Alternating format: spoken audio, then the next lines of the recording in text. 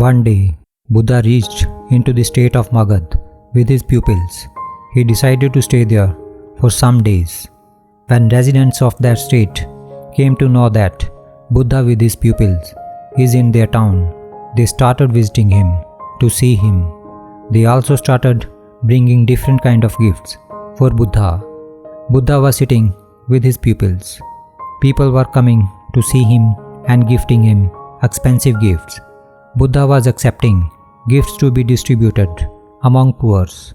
The great king Bimbisar also came to see Buddha, and he was the first to offer incredible gifts like precious jewels, gold coins, ornaments, and large quantity of foods. Prince Ajatashatru followed with gifts that were equally valuable and precious. Buddha was sitting amidst his pupils and accepting gifts by gesture of raising one hand up. Some another rich citizens and merchants also came to see Buddha with many expensive gifts. Buddha again received them with gesture of raising one hand up. Many kings, nobles, and merchants presented gift to Buddha. He accepted them all with gesture of raising one hand up. After all the kings were done giving their offerings, an old, rough-looking woman arrived there. She was hesitating to come at the front and was hiding something in her hands behind.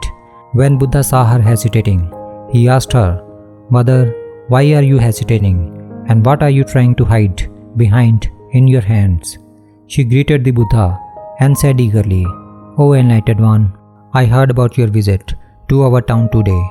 I am a poor woman and have nothing. When I heard the news, I was eating this pomegranate and had eaten only half. I have nothing else to give, so I brought along my half-eaten pomegranate. My Lord, I hope you will accept this because I have nothing else to give you apart from that." Buddha stood up, extended his both hands to receive the half pomegranate. He accepted it with respect and grace. This act of Buddha astonished everyone present there. Some of the kings even felt offended, but they were reluctant to ask it to Buddha. Taking initiative, one of the kings approached Buddha and asked respectfully, "My Lord, why did you receive her gift with both hands and all of our expensive gifts only by gesture of raising one hand? It was only half a pomegranate, and that too was half eaten. Her gift was nothing in comparison to ours. What was special in her gift that you stood up and received her gift with both the hands?" Buddha replied gently. He said, "My dear friend, you and all other rich merchants gave me very expensive gifts indeed, but none of you gave even a tenth of what you have.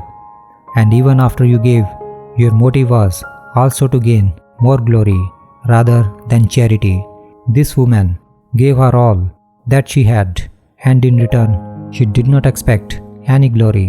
Her intentions were so magnanimous. I definitely needed to receive such a noble offering with both my hands. For me, her gift was noblest of all." Kings and other rich merchants of the town were ashamed now. Their ego of being rich and superior was crushed to pieces. They came to understanding that being rich and wealthy does not make you superior to others, but purity of your intentions is what matters more than the magnitude of your actions.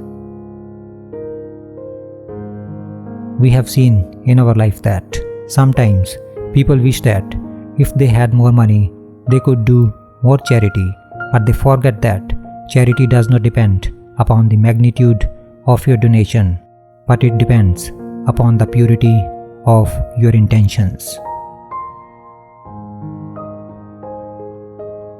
This is Words of Wisdom Stories. Thanks for watching.